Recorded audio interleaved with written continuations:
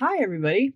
Today, I am interviewing my friend Cheryl Fouder, who is a registered midwife, certified homeopath, and an integrative health coach with focus on the childbearing year.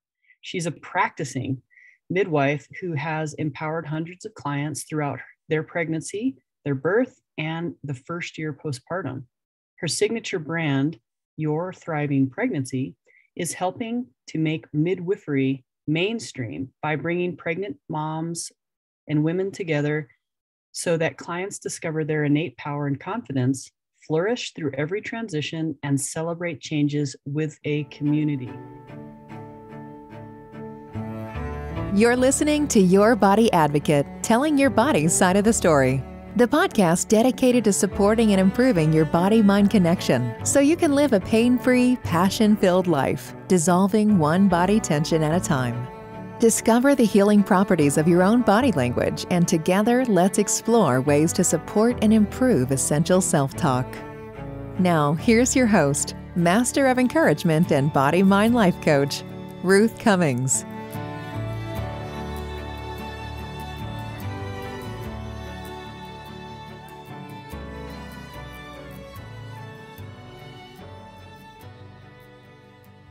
Welcome, Cheryl. How are you today? Thanks so much for having me, Ruth. I think that your listeners are going to enjoy this fascinating conversation between us. I absolutely agree too. You're fascinating. I love everything that I've seen about you. And you have this 5-day challenge that we'll talk about in a little bit, but tell me, what is a midwife? A midwife is a healthcare provider. We are the primary healthcare providers for pregnancy, birth, and postpartum. We also serve women and teens through menarche and menopause. So we can support women and people with uteruses through menarche, through menopause, but particularly during that childbearing year is where most people associate midwifery.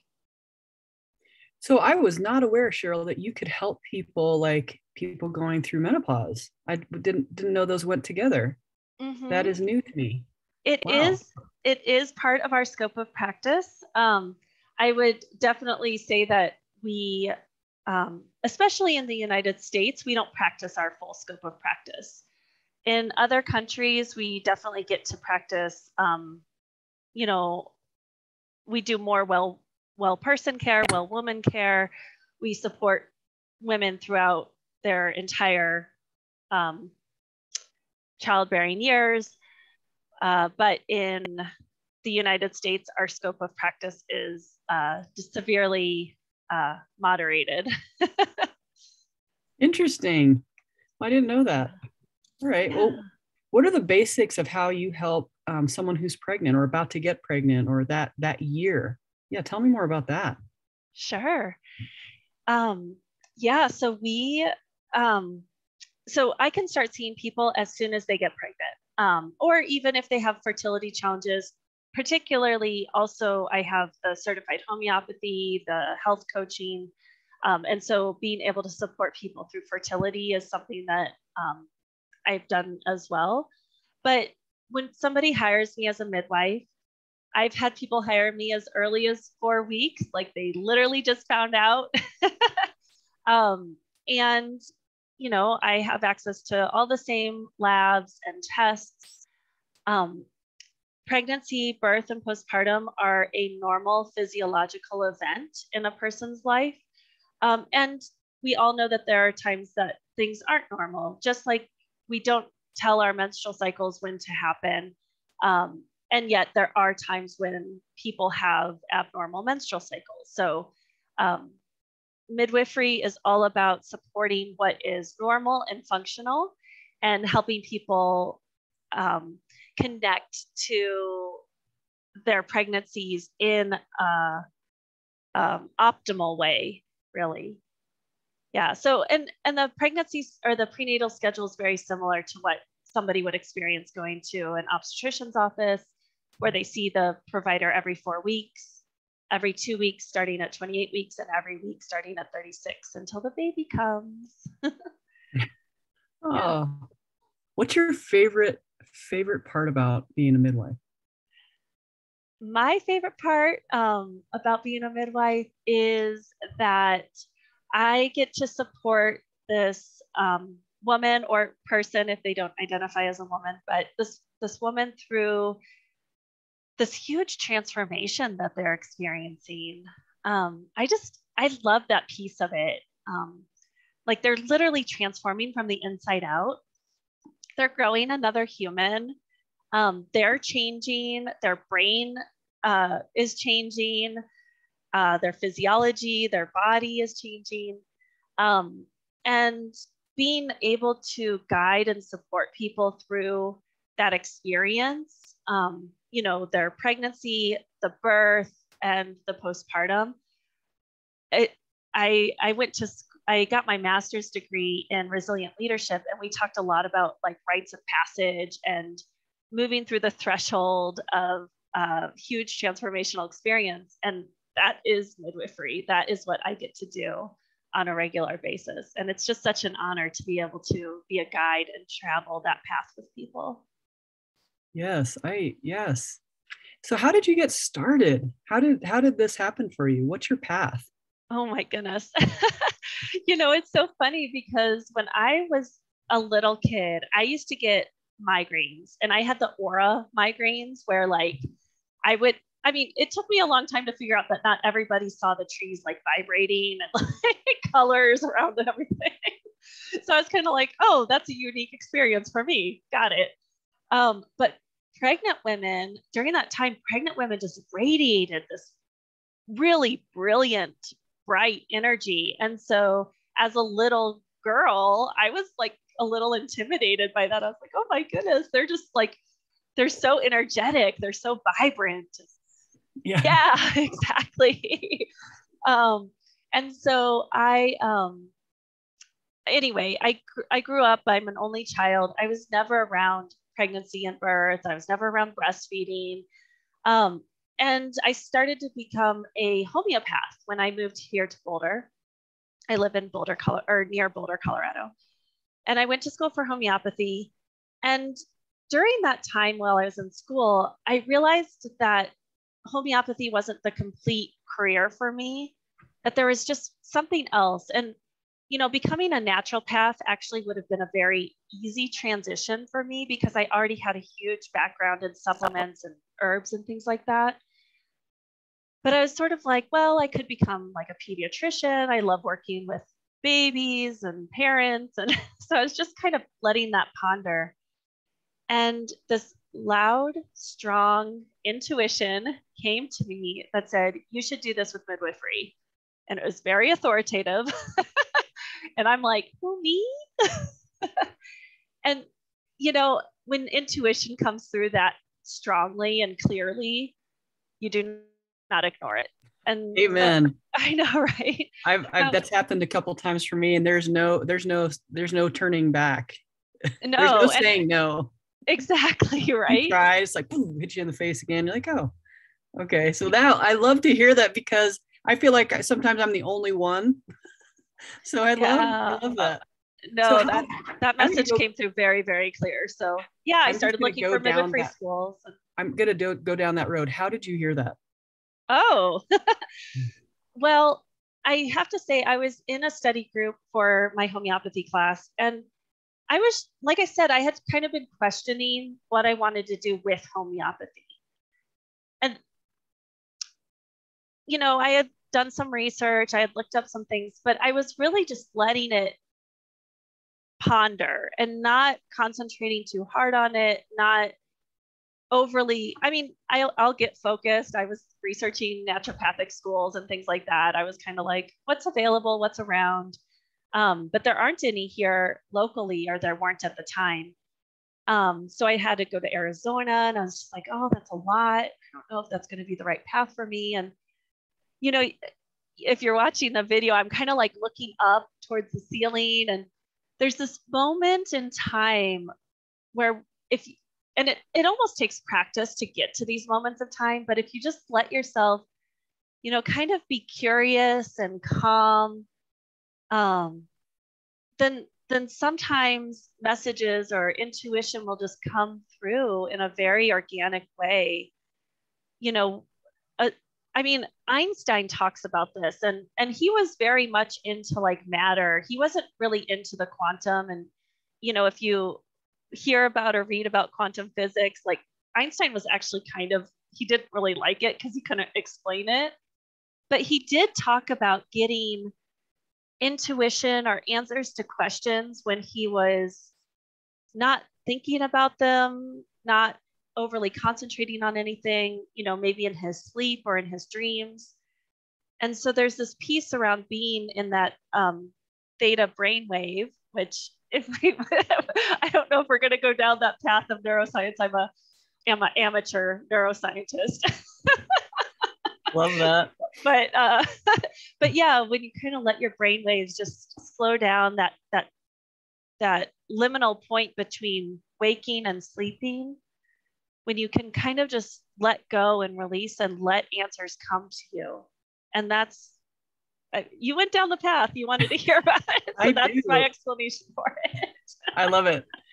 I love that. I mean, I would love to talk about that more sometime, but I just, I think a lot of people have that question of how to, even especially when you're pregnant, because there's so much you're worried about, that if you are calm and you trust that it's coming, and then so there's so much about that rabbit hole that's just extremely fascinating. And it's definitely a lot of what I do with the body, and like teaching people about listening to themselves, listening. I believe in God. So for me to listen to God, but so many people don't. And so I'm totally open to however they perceive what they're going to perceive. And there's a lot of fear around it. And I remember, being pregnant going, whoa, like wait, how is this thing coming out of me? How is it building? How is it growing? And like, it was it was fascinating and exciting, but scary. But just really, there's such a connection between the mom and the baby, in my opinion, during that time. And I just felt this huge peace. For me, it's as if their spirit is way older than, an infant. And they're talking to me as if, or communicating with me in a way that's like their wisest spirit, their wisest self, and calming me down. It was really, I loved being pregnant. And I thought it was just such a fascinating time. So yeah, but I love it. I just got totally digressed off that, but I wanted to hear, what you say, because you're into the intuition too. And you've to learn how to discern and to listen and to actually take the path that came to you. That's what I think a lot of people miss. They go down the path, they hear what they're supposed to do, and then they're like, oh, and they don't recognize that till, maybe months or sometimes years later. So good job for listening.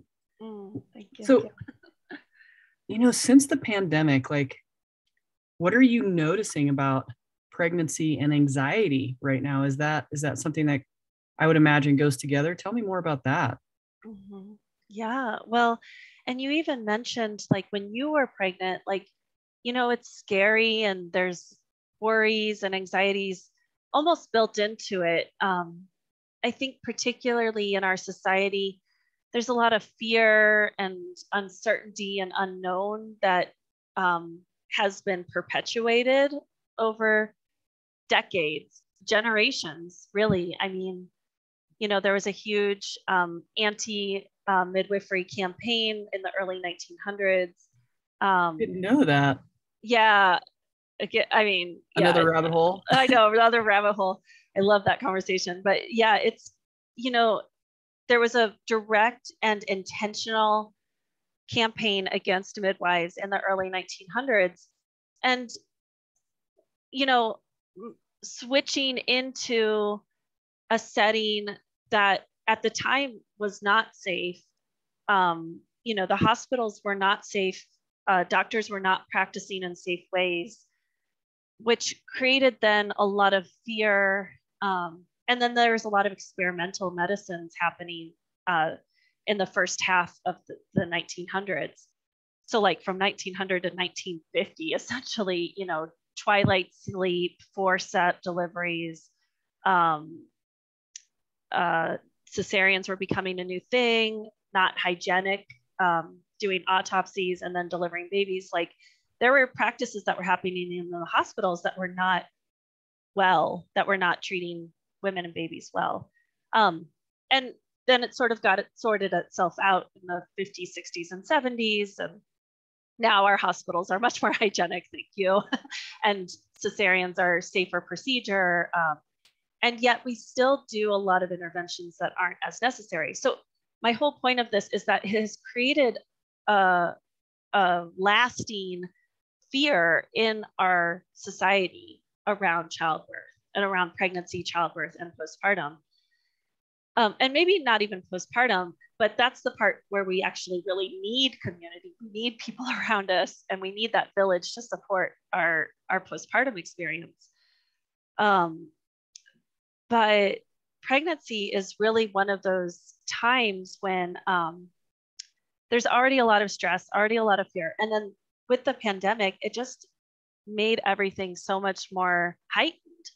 You know, what happens if I get sick during pregnancy?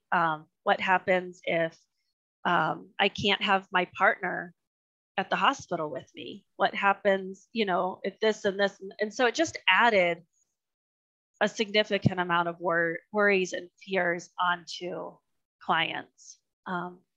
And so I definitely noticed that in my practice, and other midwives I've talked to noticed that in their practices as well, that, you know, the anxiety level increased.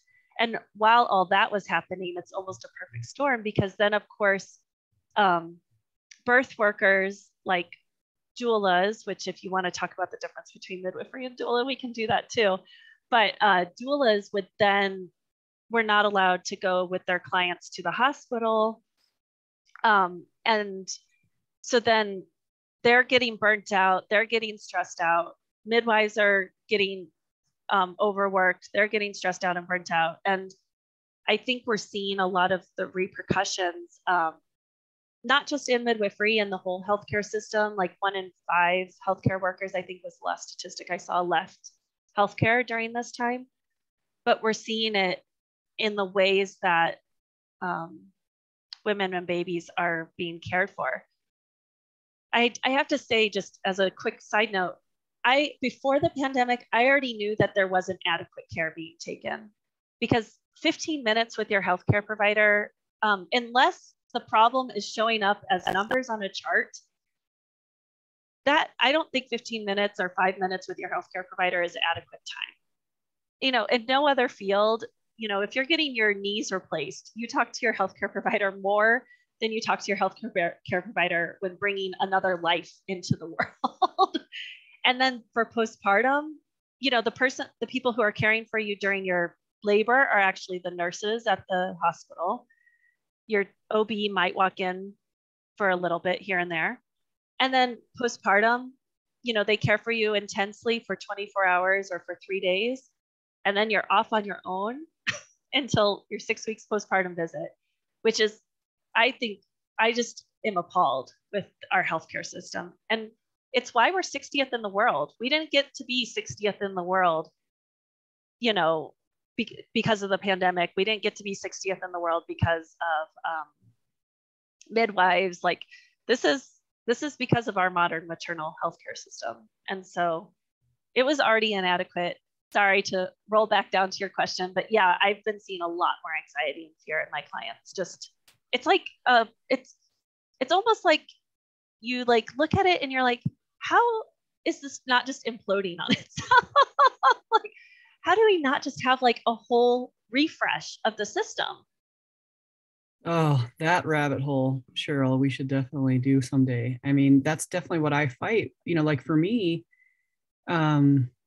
I see the people after they've seen doctor after doctor after doctor, and pregnant women come in, you know, and they're like, my back hurts, and they're like, oh, sorry, here's, you know, Oxy and, you know, some just like, what? And yeah. I would love to go down that road. And that's why I'm trying to find or show people, like I was raised on homeopathy, but to show people that there are other ways when you've done all the imaging, you've done everything that you're supposed to do, you've done your your PT, you've done everything, and you're still in pain, and you don't want to take oxy because you know that's a problem, then you're kind of stuck in our society. There's no like, and I want to stop the stuckness. Let's get self like reliant on, what to do. How can we help, yourselves, like breathing and stretch, just the basics. I mean, mainly just the basics at first. And so that's one of my questions, definitely, because, this is Your Body Advocate podcast. Like, how does a pregnant woman, how important and how can she be the best advocate for her own body and her baby's body, right? She's got this double duty, and possibly her partner's body, because they sometimes panic. Mine sure did. And, I had to, we have to support each other. And, but yeah, how, given, 6 weeks, I had postpartum pretty bad. Both kids. And it is alone. It's definitely, I feel, you're telling me different right now, but I felt like it had gotten a little better. But just like last week was the mental wellness or awareness week, and that we just, postpartum was seen as this, put your hand up and ignore these moms, they'll be fine. I feel like now you're saying that it's like 6 weeks after that. It turns out that my OBGYN happens to be one of my best friends. So we were like in contact a lot. So that's, I have an unfair advantage. But yes, I agree with you. It can be very dangerous. So how can someone who's pregnant be their best advocate for their body? Yeah. And I'd love to circle back to this conversation around postpartum as well. Yes. But yeah, so how a woman can be the best advocate for her body, her baby, her birth, is to understand informed decision making.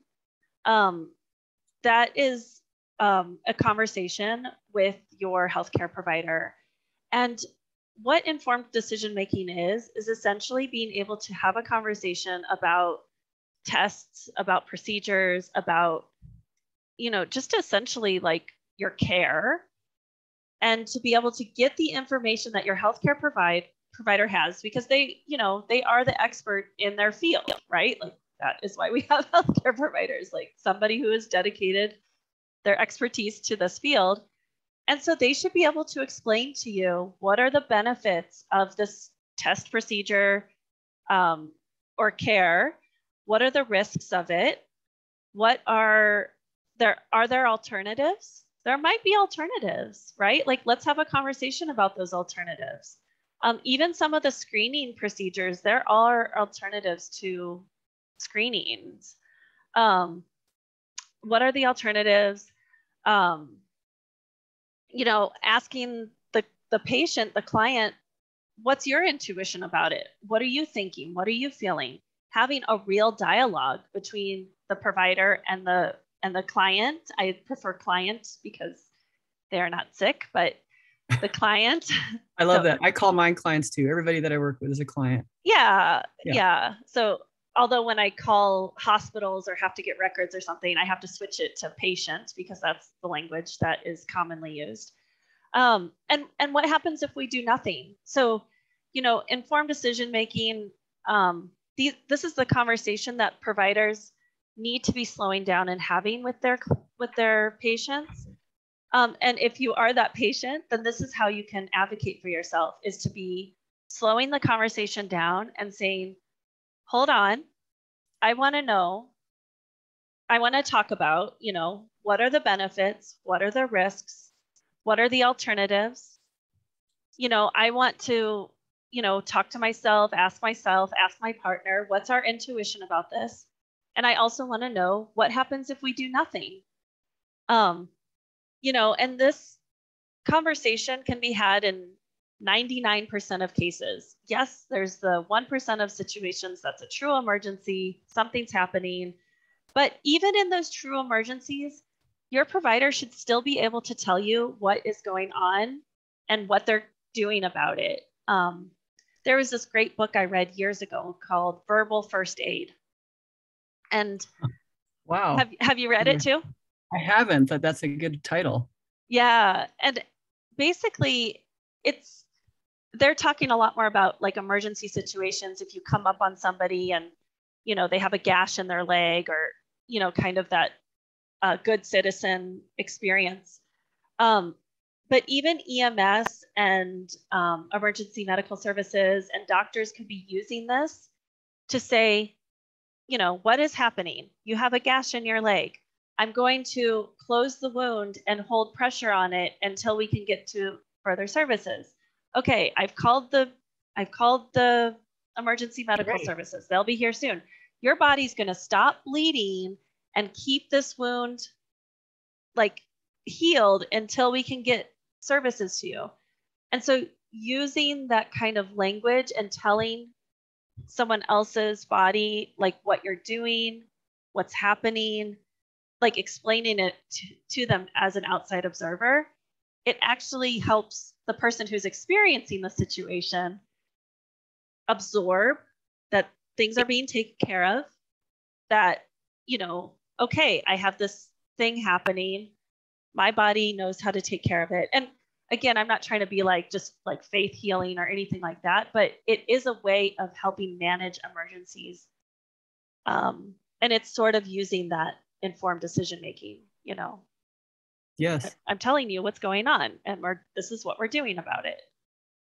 Yeah, it definitely calms down the anxiety. I mean, I think that type of communication between humans is so important anyway.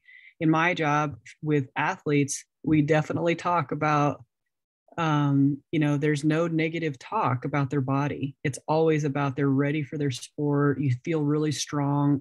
I can tell that you're ready. And, if there's an injury, it's like, okay, this is how it's going to, when anybody hears what's about to happen, when they have this fear of like absolute death, or I'm going to lose my limb or lose my baby or not ever be able to do a sport again, or whatever their fear is, when they hear like the steps, it makes everybody calmer. Mm-hmm. And I agree. That's a great, I love just the word. I'm going to look up this book and I'll put it in our notes here, but verbal first aid, that's huge. It's so lovely. And I can see how that would really help. It would have helped me when I was pregnant. Like, wait, what? What's happening now? And of course, I have an unfair advantage where I had, someone explaining that to me on a daily basis, and I was very spoiled. But there's so much you don't understand especially when you're pregnant, because you don't understand like the hiccups or why are you getting puffy, or why you can't smell beef, or you can't smell coffee, or whatever whatever it is that comes up for you that you can't eat, or you're just like, whoa, that's very like you can't, it's very hard to explain that. So it's nice to have a village. Yeah. And I want to back up a little bit too, because that you keep saying like, oh, I had an advantage, I was spoiled. Actually, you just had access to your care provider and had the ability to talk to them, which isn't everybody an advantage or being spoiled. That is what it should be. And absolutely. So, agreed. Well, I mean, my clients don't text me about like not being able to, smell what, like beef, not being able, this or that, like, chicken. Okay. Yeah. So, I mean, we talk about the food aversions and things like that, but we have a full hour for our appointments, and taking vitals only takes 5 minutes. If anyone's pregnant listening to this, you walk into the office, you wait for 45 minutes, you go back, you get your vitals taken for 5, and then maybe your doctor comes in, says, great, your baby looks good, let's go, or not. So you're there for a full hour, but you're not actually interacting with your provider for a full hour. And like my private clients get me for a full hour, and my online coaching clients get 2 hours with 2 midwives in a small group setting. So then you get the interplay of other people who are pregnant at the same time. And so like somebody says, oh, I can't smell beef. What is that? You're like, oh, that's an interesting thing. Like, so like we all have those kind of, it's a really awesome interaction that we get to have with each other in those situations. And so that's what I just want to like reframe that. Like you weren't spoiled. You actually just had like normal care. Right. Like what should be normal, what should be common. Yeah. And you know what, you bring up a good point. Like I didn't know any other pregnant women at the time. So it was just, my husband and my OBGYN, who's a guy. And like, there was, and my mom, maybe, and like, and a couple of my best friends, but it was a small village, but no one was actually pregnant and no one had the adverse effects I had. So, everybody thinks you're crazy or, you're just, you're different. Your brain is different when you're pregnant. At least mine was. And I can see that absolute lovely benefit of having even online, for sure, online, just, this is what I'm going through. Oh, I have that too. Just to have that community, I think, is missing in our society in general. Like, I love my neighborhood, but I don't have that connection with them as I remember as a young child, like having, big dinners together, having potlucks as a community.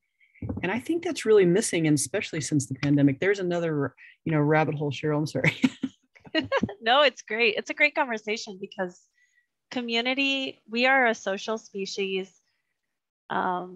We interact with each other, we communicate, and we need each other. In all honesty, we're interdependent, and that is, it's just really important. It's just an important part of every part of our lives, and particularly through the big transitions. So. Right. Yeah. So what type of coaching do you have? Yeah. So I, my brand, Your Thriving Pregnancy, is a pregnancy through postpartum coaching program. So that particular brand, it's all online. We have a free Facebook group. People are able to join that. And then we also have, pregnancy topics. We have our membership and our gatherings. So we do online coaching for that. And then I also have another offer that is like for 6 months plus postpartum, because the circles, which is our signature offer, is 6 weeks prenatally and 6 weeks postpartum, but we do it every other week postpartum. And so that takes people all the way about to 4 months postpartum. So it's this really like lovely, like you're being held in the circle and in this community. It's small group, so it's an intimate group. And, people ask me all the time, they're like, what if I don't like the people in my group? I'm like, we're good facilitators. We will make sure that everyone is cared for, in the group.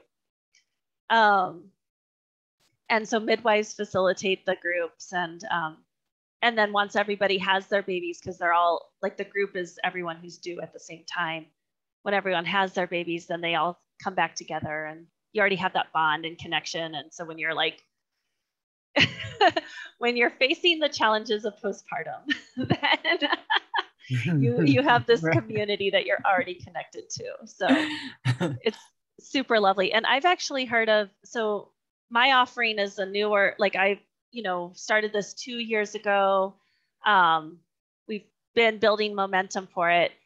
But I had a midwife friend who used to do something very similar in person, like 30 years ago. And she told me that the people that were in her group are still friends, and their kids, because they've grown up together essentially, sometimes like their kids will get married, or, like they've been childhood friends forever, and just like those deep rooted connections and relationships is really what I'm hoping to cultivate from these circles, and, what I'm offering to the world, really. I love that. And then their kids can kind of maybe connect too, because they were, loved the same way. And I can absolutely see how that would be. I love communities, so I'm always looking for them. So we were talking about, what are the tools that can help before or during pregnancy that someone who's pregnant right now, or knows someone who's pregnant, can walk away with today? Mm-hmm. Yeah. So something that somebody can take away today is to really, I mean, I'll just go right into that community piece. So finding those communities, now that things are opening back up, um, where do other pregnant women hang out? Like, sometimes it's a prenatal yoga class, sometimes it's online Facebook community. And so really like gathering around other people who are pregnant and newly postpartum, because they have the most wisdom to share in this moment of time. And also your birth team. So, if you're birthing, if you're planning a hospital birth, because sometimes people don't make it to the hospitals, but if you're planning one, then hiring a doula. If your hospital practice offers midwives, that can be a really nice conjunction with your care. And hiring a doula. If you've had kids before and you know that like lactation is particularly hard, or, the postpartum period is hard, even when it's the second and the third, and even the 10th baby. I mean, I've served families with 10 babies, and the transition to even a 10th baby is a transition. It's not just like, it's different than the first, but it's still a transition. So, really looking for those communities. And then mindfulness is probably my tip number 2, is ways to cultivate mindfulness in your day. Whether that's, my favorite one is to set your alarm for 3 minutes. So, just on your phone, just take out your phone and be like, okay, 3 minutes. I'm going to sit here and I'm going to listen to my breath. I am breathing in a deep breath. I am breathing out a deep breath. And really do your best to just continue to acknowledge your breath over and over again.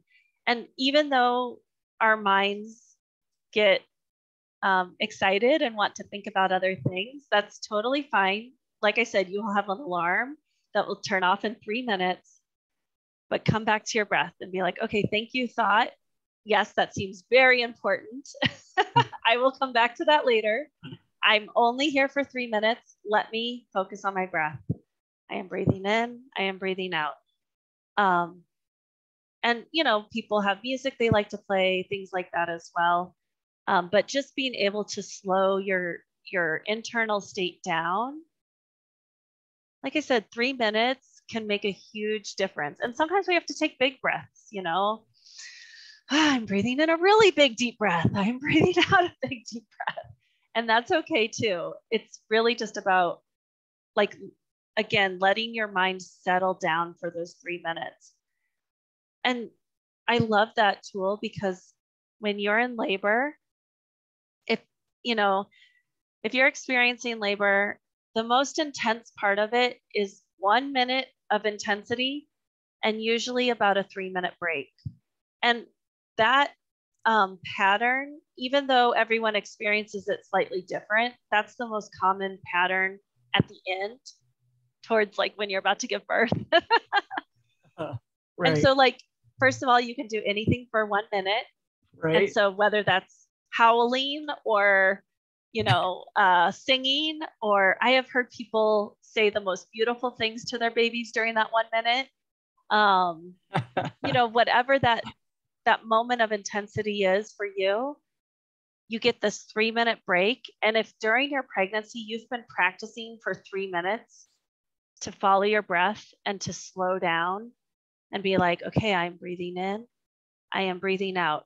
And after that contraction, after that moment of intensity, you say, okay, now I am breathing in a deep breath. I am breathing out a deep breath. And you really let yourself relax in between. Like, it's phenomenal how supportive, like, you'll feel during your labor if you can actually settle that down in between. I'm a home birth midwife. Midwives can work in any birthing facility, but I'm a home birth midwife only. And, our people always ask again, like, how do you manage pain? Well, we have water, we have, being surrounded by your settings, being surrounded by people who love you, who care for you. But in all honesty, your ability to settle down and really take that break in between each one is what gets you through the process. So I sure wish I had known that or had somebody to, coach me, because I definitely didn't. Do you have a third or just two tips for people? Oh, yeah, of course. I've got lots of tips. How many tips do you want? Oh my gosh, three's good. Three's good. Your top three, I like these. Yeah, my third one then is I'm writing this nature. down. Yeah. Nature? So I call it nature spot. Nature spot. It's essentially finding a place that is easy to access. You can access it any time of day or night. And it's safe, of course. So, I've definitely worked with people in city settings and areas like that, where finding like a tree in the neighborhood and making sure that it's a safe surrounding, can be tricky. But like I use my backyard. So it doesn't have to be anything, fancy. Like it doesn't have to be anything in particular. It just needs to be somewhere out in nature. And again, it's the mindfulness techniques. And this one, I usually suggest setting a timer for 15 minutes. And it's observing what's around you. So, set an intention. What's my intention for this? I'm going to observe, maybe not for pregnant women, the smells. I'm going to observe what I hear. I'm going to observe what I feel, and pick one of those three things. And then, you don't have to close your eyes, but just relax your eyes in some way. Whether you focus on a area or a spot. And so you have your 15 minutes set on your timer so that like you've got other things. I know we're all busy people in the world. I am too, trust me, even though I say I'm like, oh yes, I need to do my nature spot today. But we, and your intention, okay, so what do I smell? Like, okay, it smells like fresh air. Ooh, I can smell the lilacs in the air. Oh, there's some paint or solvent in the air that I smell, and just really, again, if you need something to come back to, I am breathing in, I am breathing out. But letting yourself be absorbed by nature, it's just, and absorbing it yourself. I mean, sorry, I'm having a little bit of a reflection of that term, absorbing each other, absorbing ourselves. My husband and I were having a philosophical conversation this weekend, and we talked about like this piece around being loved and being kind of absorbed by somebody else. And so saying that about nature and letting nature like absorb you, like nature can handle our fears and our worries and our anxieties. So just like letting, wherever you are in nature, like hold that, like being like, I don't need that. Thank you for taking that from me. Like, thank you for releasing that. The earth is strong. The earth can handle us. So, yeah, we don't, just letting ourselves release that to the earth. Nice. Yeah, I like that. I like the word absorbed, to be absorbed by the nature. That's nice. I like that. And 15 minutes you're saying for that, and for that sitting in some place that's safe, but outside, even if it's close by, and then setting that intention to choose one, right? So that's the focus on one, the smell, maybe the smell, what you hear and what you see. Yeah. Usually, because we're so visual species, I usually suggest the smell, the hearing, or the feeling. Oh, right. So, I might feel the wind on my face. I might feel the heat of the sun. I might feel the cool of the shadow, like, what do I feel? And just like letting myself really experience that. If I start to be like, what do I see? Then it's going to turn into like a Where's Waldo, right. Kind of like, I spy with my little eye. Right. This and this and this and this and this. Yes. Then you become the monkey mind, right? In meditation of not doing anything at all. Like, I should just go inside now. Yes. Yeah. And it's been like 2.5 minutes and you're like, oh, okay, well. I agree that, yeah, we rely on our eyes too much, I think. It's interesting because in my job, I have to rely on my hands. Yeah, So, me too. great. Yes. Wow. Well, we have so many rabbit holes we can go down. Oh, real quick before we end today, what's the difference between a doula and a midwife? Yeah, it's a good question. So like I said earlier, a midwife is a healthcare provider. I'm regulated by the state that I live in. I have a national certification, and I went to school for 4 years for midwifery. So I can file birth certificates. Like I said, I'm legally regulated by the state board. And if we want to change our scope of practice, we have to go through the legislation in order to get our scope of practice changed. A doula is a support person. You can choose to go through training or not as a doula. There are many amazing doulas who don't have any kind of certification. And the doula is really there as a emotional and social support system. So they're not regulated by, if they're certified, they're regulated by their certifying body, but they're not regulated by the state. They're not legally bound by different, boards and medical things. They can't file birth certificates. They're not supposed to do anything medical, like take your blood pressure.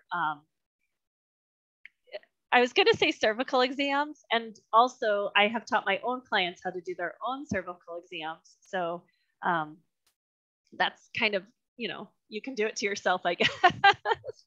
I guess you could take your own blood pressure too with a home blood pressure cuff.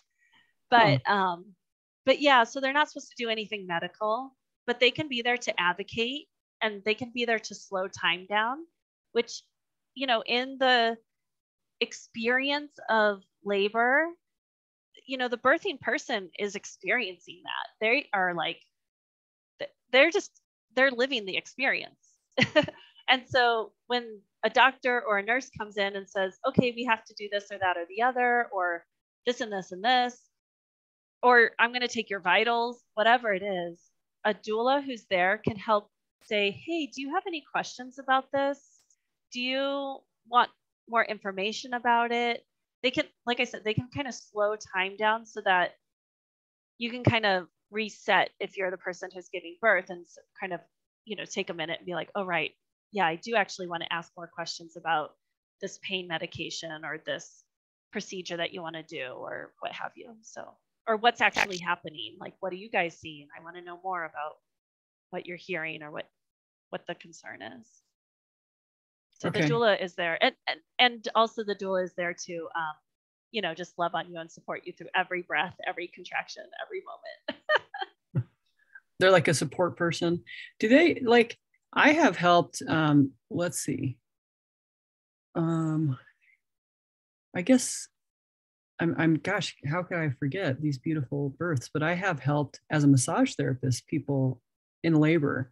They called me just because they were having pain. Can you just come massage my back for a minute? And then, then went into active labor, and and I stayed through the whole thing. And such an honor, as you know. But I'm not a doula. But I still just, there's so much they need. And it's so nice just to be right there because, and I can't imagine any of you that gave birth during the pandemic without support. I just hug you now because I can't imagine what that was like. And I'm sorry that you had to go through that. So it's such an honor if you have that opportunity but my question, I get lost in these rabbit holes, is, are some doulas, are they massage therapists too? Do you know? Definitely. Okay. Yeah, it's definitely a transitional space. And I would say that in that moment, you were a doula and also a massage therapist. Anyone who's supporting someone, and that's why I say there are lovely doulas who are not certified by any certifying body, because it's really that person who is there to love and support you. Sometimes that can be a parent, like the person's mother, and that there's tricky relationships between mothers and daughters. But but that might be the person who is there to support you. And so in that moment, they could be the doula, but doulas are usually a little bit more specialized in also being able to not necessarily advocate, but see where advocation is needed, and to be able to, again, slow time down just a little bit to help the people who need to advocate for themselves have those conversations. Right. To think and to say, oh wait, yeah, I see this like this one thing could lead to these 10 other things, and you wanted to stop, or like you didn't want to lead to those 10 other things. So let's pause the conversation here and get more information before we get into all of the other things. Yeah. Right. Like the heat, I was just about to say, I was interrupting you. I'm sorry. Like the heat of the moment, you're not thinking about what to ask the doctor. You're trying to stay alive in your mind, you know, like, oh my God, I'm dying of pain. But and I can see how the doula or the mom or just your person can kind of step back and look at reality for that moment and be like, okay, let's what do we need here? What do you need to ask? I think that's so important. And I think also, like, if someone's listening to this and they're about to go support someone in a labor situation, like to do some, if you are just a mom or if you're not trained, to do a little bit of research. What do you think? Just before, I mean, to say, okay, I don't know. I mean, you can't go, take a whole course, but we just do a little bit of research of how you can help. Mm-hmm. There's 2 books by Penny Simpkins who. How do you spell that? Simpkin. I'll look it up. Never mind. Okay. Thank you. Yeah, I'm writing it down. I got it. Penny Simpkin wrote 2 books. One is the Labor Progress Handbook, which that might be a little advanced for just kind of, a friend helping out a friend. Right. But it does have really amazing positional changes and things like that when somebody needs different support methods. And then she also wrote the Birth Partner. There's more to the title, but I can just see the Birth Partner in my head right now. She wrote I'll look it up. Another book called The Birth Partner, and that one has excellent tips and tricks. If there are any dads who are going into the situation, that book is the one to get, because it is just really helpful, supportive, and helpful, and it's good for friends and things like that are going to support people. So again, it's the nice thing about hiring a doula is that you get that extra like human who's like, I've been through this path, I know the journey, like let me support you. But when you have a friend or family member coming, it might be helpful for them to kind of like figure out the best ways that they can support you during your labor. Okay. I would love to talk to you maybe a whole other session on postpartum and what people can expect and what they can do for themselves or for their partner or for someone around them, because I think it's ignored, and it's like a lot of our mental issues in our society, kind of people will hope it'll just get better. And maybe how would you be willing to come and do another session and talk about that? Yes, of course. I love talking about postpartum. Yeah, and I actually my in-person private practice, I have 3 extra visits. So I always felt like the 6 weeks was never adequate. I was like, that seems silly that we're, supporting people all through their pregnancy, the birth, and then only through 6 weeks postpartum. Like, no. And so I always had 3 extra visits at 12 weeks, 24 weeks, and 48 weeks, which takes us about through the first year postpartum. And to me, that always made it so that somebody, the mom knew that she could contact a healthcare provider at any time during that first year postpartum. And so, that's why I like that online coaching piece. Like, there's a lot of childbirth education and things like that are prenatal, but they don't usually encompass that postpartum piece. And that's why I feel like it's so valuable and important that I'm just like, no, we're gonna hold all of it. So, I agree. I think the postpartum is like, I remember feeling bad, but not having time. Like like I'm caring for my baby and I'm learning about that. And I didn't ignore myself, but I had no idea that I was experiencing postpartum. Even my husband was like, you have to get some help. And I'm like, for what? What do you mean? And like, absolutely not aware. And, but there's just so, cause a new baby is so new. You're not sleeping, and then you're trying to do everything, be the perfect mom. And it's all about momming and the kid instead of about, my mental health. And it was really easy to ignore that. And I would love to, and like what I could do as a massage therapist or, as a friend, how can you support that gently? Cause I remember I was not going to have it. You know what I mean? I was not going to hear that. And I know friends of mine are the same way, where when you're in that position, like, do not say that. And maybe there's different ways to mention it in a way that they can hear. I wasn't able to hear it. And so I'd love to, keep picking your brain. Yeah, no, stay tuned. That is going to be a great conversation as well. Yeah. And just as a little tidbit, like I said, during labor, you're having the actual experience, you're living the experience. And so, postpartum, you're also living the experience with another human that is 100% dependent on you, essentially. Whether you choose to breastfeed or not, like, that little human is dependent on the care providers around them, the adults that are in the vicinity. And so there is a way to hold that space and allow somebody to experience it while also supporting, like, your wholeness as well, if that makes sense. Yeah. Yes. It does make sense to me now, Yeah, of course. Looking back, my daughter's 20, so it was a long time ago, but it seems like yesterday. I swear, it just goes so fast. It's a blink of an eye.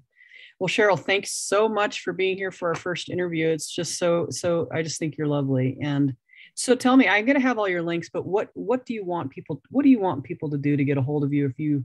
What would you like, the one thing you'd like them to do to get a hold of you? You want them to go to your website? Do you want them to join your challenge? What would you like? Yeah. So if they're pregnant, join the 5-week challenge is the best bet to get into my realm.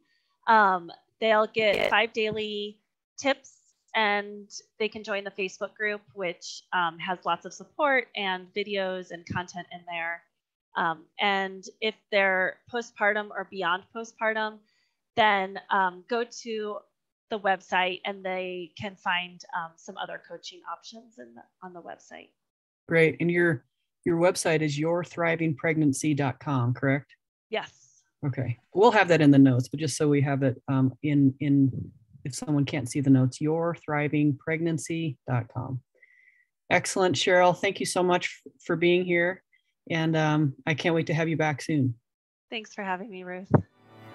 Thank you for listening to Your Body Advocate with Ruth Cummings. We're so glad you've joined us today and truly believe you can live a pain-free, passion-filled life. To connect with Ruth, work with Ruth, or to grab your free ebook, go to ruthcummings.com. We'd love to hear from you. Don't forget to rate, review, and subscribe so you don't miss our next episode. Until next time, friends, be open, include the unincluded, think outside the box, and spread love and kindness one smile at a time.